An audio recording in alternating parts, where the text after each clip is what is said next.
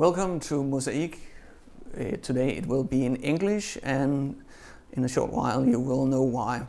Some weeks ago I received a very interesting email that was from Salam Film and Dialogue, which is an organization here in Denmark which arrange screenings of films with the subject of meetings between different cultures and global responsibility. And this particular mail was about a film called World Peace and Other Fourth Grade Achievements. And I watched the trailer for the film and I was literally moved to tears, so I had to find out more about this. And this is why I have the two guests I have here today, which is Kyle Copas, you're an associate producer of Rosalia Films, and Gavin Sundwall, you are a public affairs officer at the US Embassy here in Copenhagen. Yes. Welcome to the program. Thank you. Thanks. Very happy to have you here. Kyle, you're an associate producer of this film, World Peace and Other Fourth Grade Achievements. Right. What is the film about? The film is about a teacher named John Hunter, who at that point had been teaching for just short of 30 years. He was teaching in an elementary school in the U.S. in my longtime hometown of Charlottesville, Virginia. His some interesting work that he was doing came to the attention of one of my oldest friends and filmmaker, Chris Farina. And over the course of several months, Chris came to learn more about this exercise that John had developed himself, that he referred to as the World Peace Game. And John's description of it is that it is a political science simulation. It's essentially a multi-level board game that he chooses 4 students as prime ministers of fictional countries. They choose their cabinets. He also makes sure that there are not only UN and World Bank figures, but also arms dealers. These children, in the playing of the game, inherit all kinds of constraints, resources, crises, because they've essentially become leaders of their countries. So over the course of 8 weeks then, 8 game days, we watched John take a group of 9 and 10-year-olds through the World Peace Game. Okay. And we have a clip from the film. We have actually more clips, but let's start with one where John Hunter introduces the game for the children. It should be here.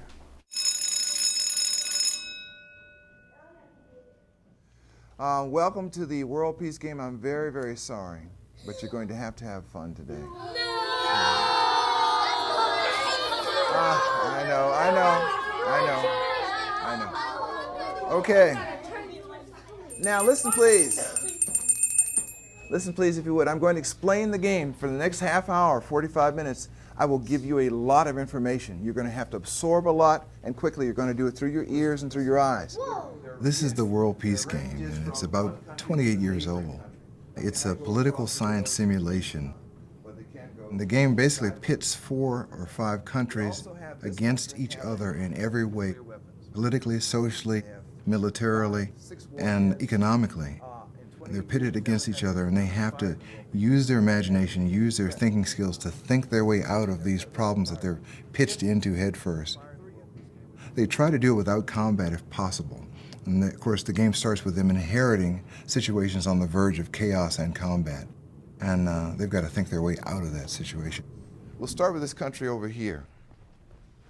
This country is one of the wealthiest countries.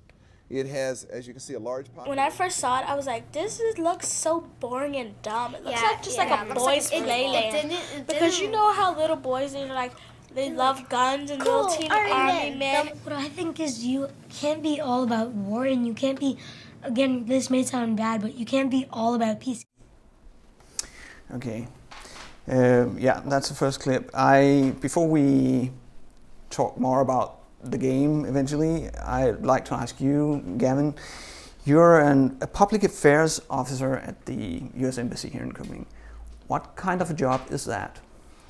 I have the greatest job at the embassy outside of the ambassador, in that my job is bringing Americans to Denmark to share the best of the United States, and sending Danes from Denmark to the US to share the best of Denmark. I mean, that's it in a nutshell. And it could be with the media, it could be with educational programs such as the Fulbright program, which everyone knows.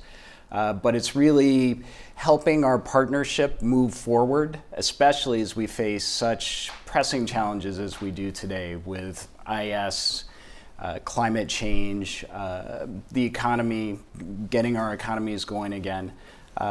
And the beauty of what we're able to do is to find people like Kyle, who represent the best of the U.S., and people like John Hunter, the teacher who created the World Peace Game, and actually reach out to them and say, will you share with us? Will you share with Denmark? And the amazing thing, and it's a testament to what a great friendship and partnership our two countries have had for a long, long time, is that all you have to do is say Denmark, and Americans say yes. And so Kyle, sounds like very nice and easy job for me. Yes, and I get to meet these great people and see good things happen as a result. But Kyle was very generous from the first time I ever met him, with saying yes, he would love to help bring the film to Denmark. And then when we had the opportunity to bring John Hunter, whose own personal story, as you know from having seen the film, is so compelling. Someone who's struggled through racial issues, integration and diversity issues, and yet come out very positive, and not just positive, but he's created this wonderful tool to help others on that journey, to come to value diversity and integration, to come to common solutions and ways to work at challenges that face us today, such as radicalization, the migration crisis that we're all struggling with right now. So, sorry, that was a long answer. Yeah, but very, very interesting, and you actually answered a few of the questions that I have here on my list. But nevertheless, I would like to, how did it come about? How did you meet Kyle, and where did you hear about John Hunter? And over sushi. Actually, this is in kind of Kyle's story. Oh, too. is that right? Well, yeah, you can fill in, right? So we have a mutual colleague, a mutual friend, a former colleague of mine and a friend of Gavin's from the DC area. And as it happened about 2 years ago, we both, the two of us, landed in Denmark ahead of our families, right? So our families, kids finishing out the school year, they were going to be over in the summer. This friend of ours said, you should meet each other, you'll like each other. So you didn't know each other at this time? So it was no, a blind date. Blind date in running sushi in Hellerup, right? Okay. So, you know, we were sort of very quickly, I think, into a very casual sort of conversation, things that we were interested in, different connections. I learned about Gavin's own connections to film, being dragged to art house films by his father early on. And I mentioned having worked on this film. And as I started to describe it, Gavin said, it's the World Peace Game.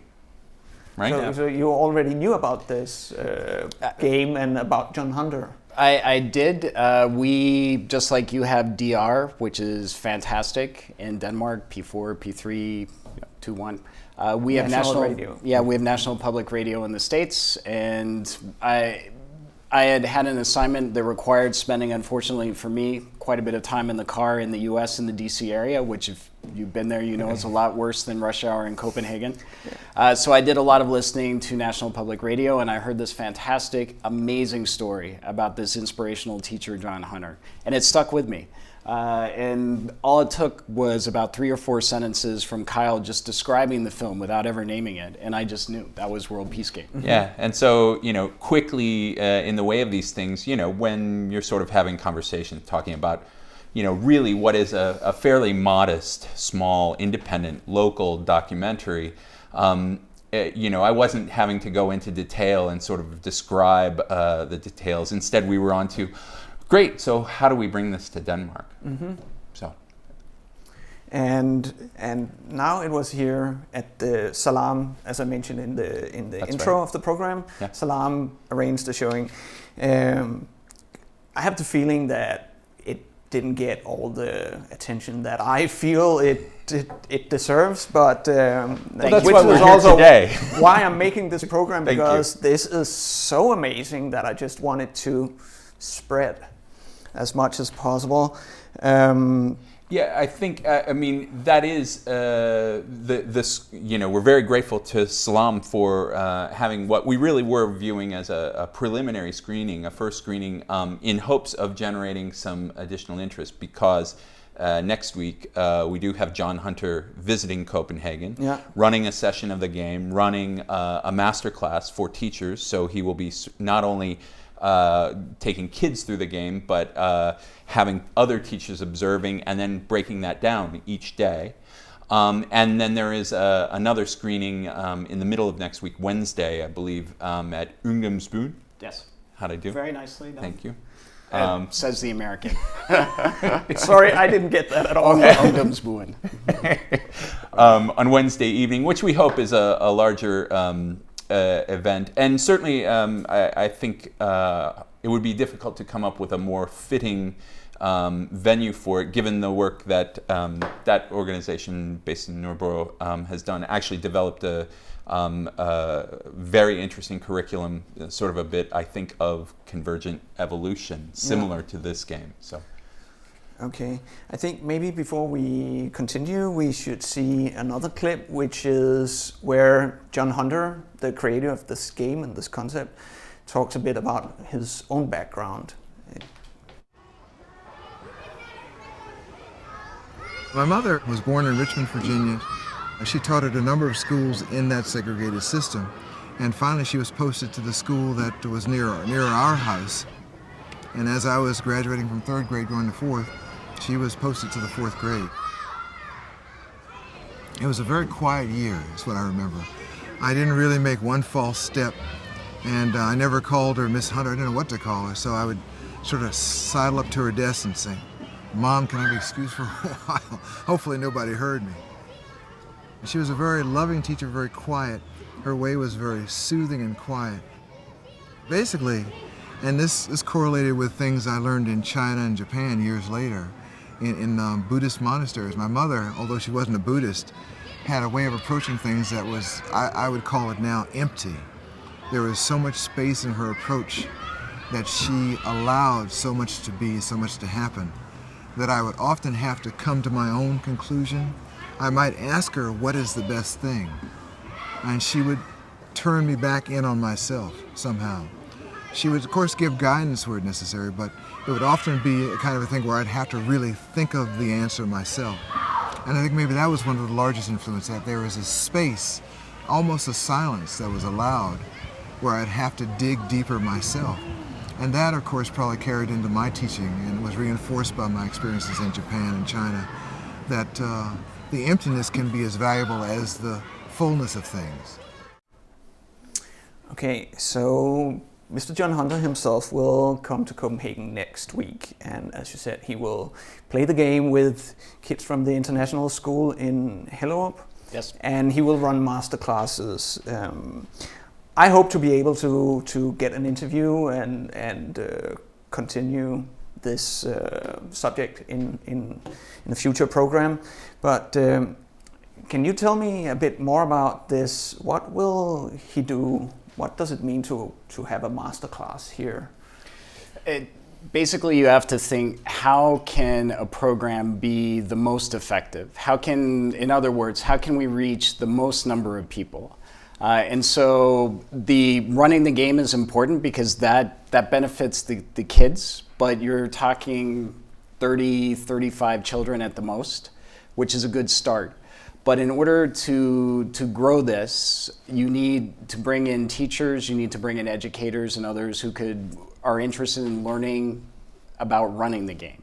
And if it's train the trainer or teach the teacher. Mm-hmm. The master class is geared towards certifying people so that if they want to run the World Peace Game, they are now trained, they know how it works, they know the ins and outs, and and have learned from the creator himself, John Hunter.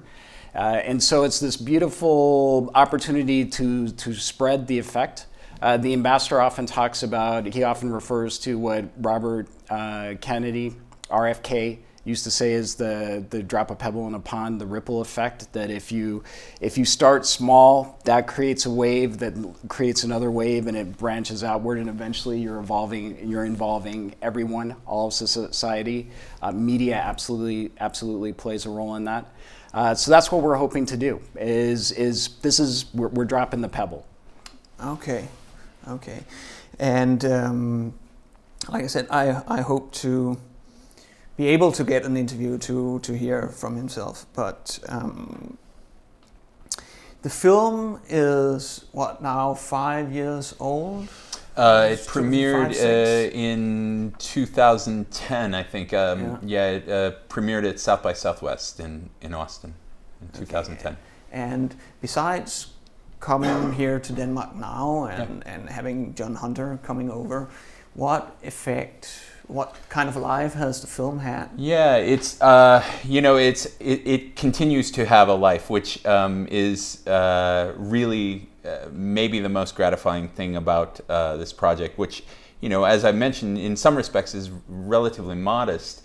It did well on the festival circuit, starting with South by Southwest. It was actually an audience choice for the film festival in Bergen that same year.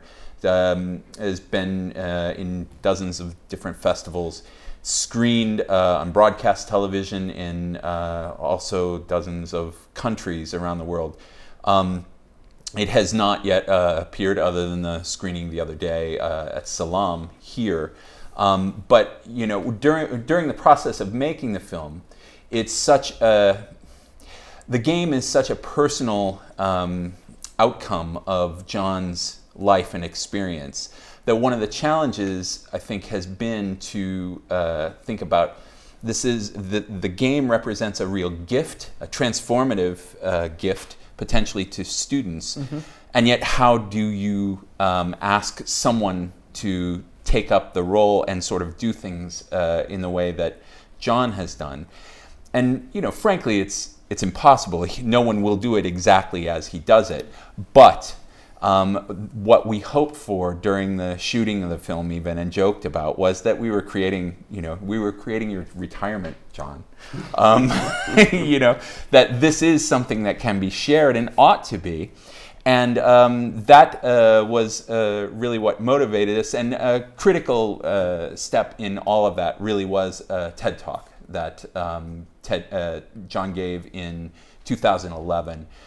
Which has done much to generate, I think, a worldwide interest in the film, in the project, and has helped sustain interest. Certainly, it's something that people who haven't had the opportunity to see the film very well may have seen the TED Talk. It's one of the most highly viewed talks, I think, still. And it's freely available for everyone, this TED Talk. Now I can only recommend it. That's another good way of getting to know more about this. Yes. Okay, so actually a huge life. You were also throwing the pebble in the pond back then when you started doing the film, and absolutely, the waves have been spreading. Yeah, more pebble here, pebble there, pebbles whenever we find them. I think. Yeah. Well, and RFK used to say it's pebble to create effect and create change, but it's pebbles of hope.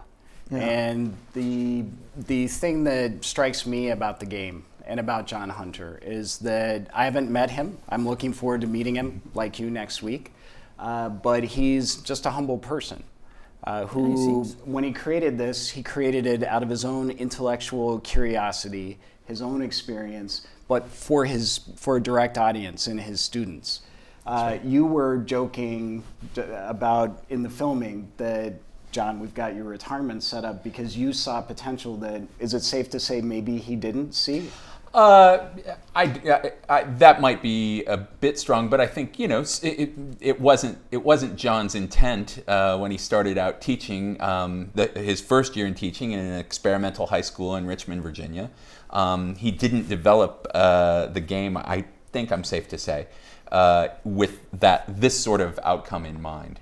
It is something that has evolved organically and really through the persistence and diligence and quality of his efforts. What the students, I know that John will always turn this back to what the students have done to evolve the game. And watching a group of, one cohort play the game, you can see that. One of the interesting things that happens in this session of the game, not to give away too many spoilers, is that John introduces climate change at the request of some of the students, right? There are all these crises and conflicts that they inherit. As if it wasn't enough. They decide. They said, we have to do this. Yeah. And, so he said, I don't insert crises into the game after we've started, but they were insistent. So here we go. Okay, I think this is the perfect time for watching the third clip of them while the game is in full flow. That's right. Okay. Wait a minute, what's the illegal operation? Well, not illegal, but they're kind of doing something that's not very smart. He's surrounding their oil and it's not turning to back off. I don't want to be a rebel. He doesn't want to. We can make a treaty. Do you have?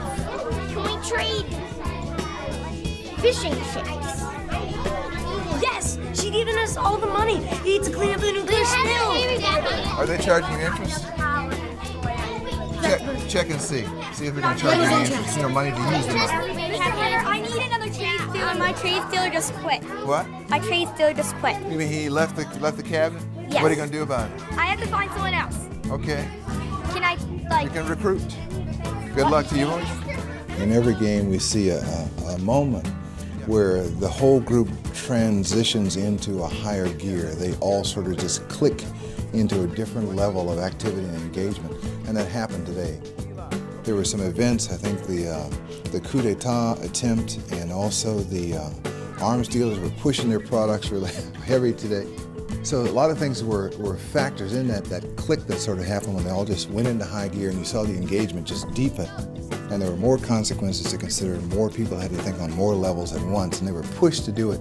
It almost felt like time speeding up, and it didn't, of course, but it just felt the intensity in the room just went up quite a bit. I need to talk to Connor.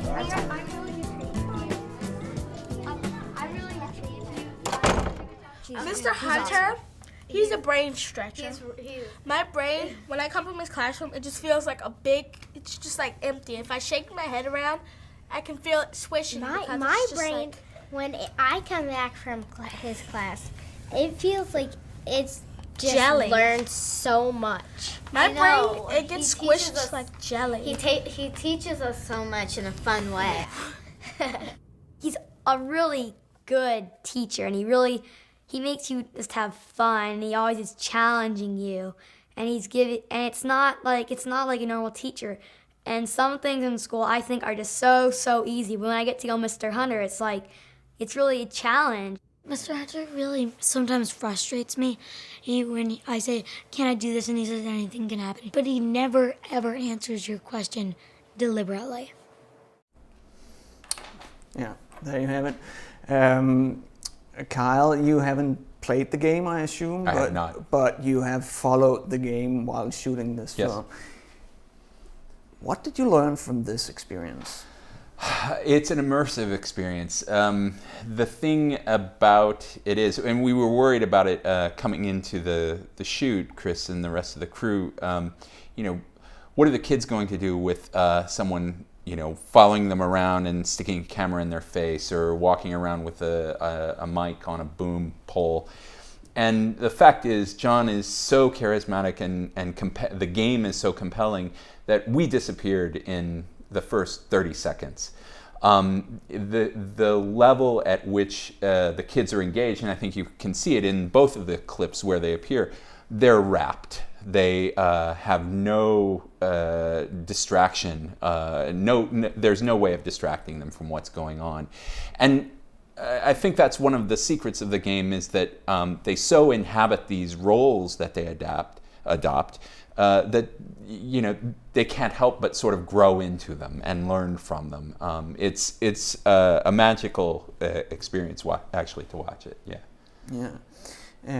Okay, Gavin, you were talking about how your job is trying to promote this film and the idea, the concept here in Denmark, is America, the US, doing the same in other European countries, or is it just you here in Denmark?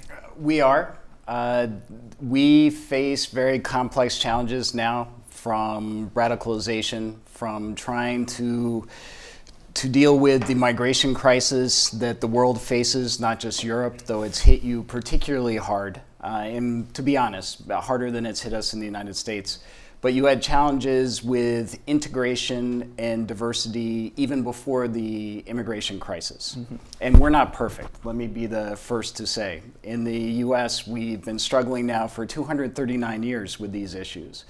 But we've learned a lot along the way. And so it's very great to have this opportunity to share this experience. And let me be the first to say that this is not the only game. There are Danish games, there are games from other nations in Europe, but we feel this game now in this country has a lot to offer to help our Danish friends and partners think maybe a little bit out of the box about many of these issues, and it gives you the chance to take a step back and reflect, and to, you heard the one young woman in the clip that I love, stretch your brain as you deal with these things. Mads, you said when we were talking beforehand that one of the things that struck you is the big ideas. And having been a professional diplomat for 19 years now, I can tell you that the game captures very well how life is, how international relations are. Every single day you are dealing with a different crisis, or something comes up that no one had planned for and no one had expected. And in this day and age, I think we have learned only too well in the United States, but others have learned as well, you can't do it alone. It takes partners. And so that's another brilliant thing that the game teaches, is not just to value diversity, difference in opinion, integration, bringing people together, uniting people, but finding a solution that works for all. So these are just a few of the reasons that we're very, very happy to bring the game now. And again, will this solve the problem of radicalization, the challenges of radicalization? Will we lose fewer of our children to IS and to others? I hope yes, but it's a small step, and we can only work in small steps here in Denmark and in other countries as well. But that's the hope, and that's the goal. Okay, and finally, I want one final question, because we are running out of time. Yes, I think we could go on about this exciting subject, but are you trying to have? You said that the Salam screening last week was a first screening, and then you will have one next week. But are you trying to get it on public television, for instance, in Denmark? We are open to offers. Okay. As always. Let me say, we, in some respects, this is the culmination of 2 years of discussion between Gavin and me and all of our other partners in bringing this together. But we also very much view it as the start of something. We don't want John's visit to be sort of a parachute in and off he goes. We would love to see this sustained over time, both with the film and the game. Okay. Thank you very much for joining me in this program and telling about this amazing game, and thank you for lending the clips of this film. I hope that you viewers will try to get to see this film. It's definitely worth it. Thank you for watching.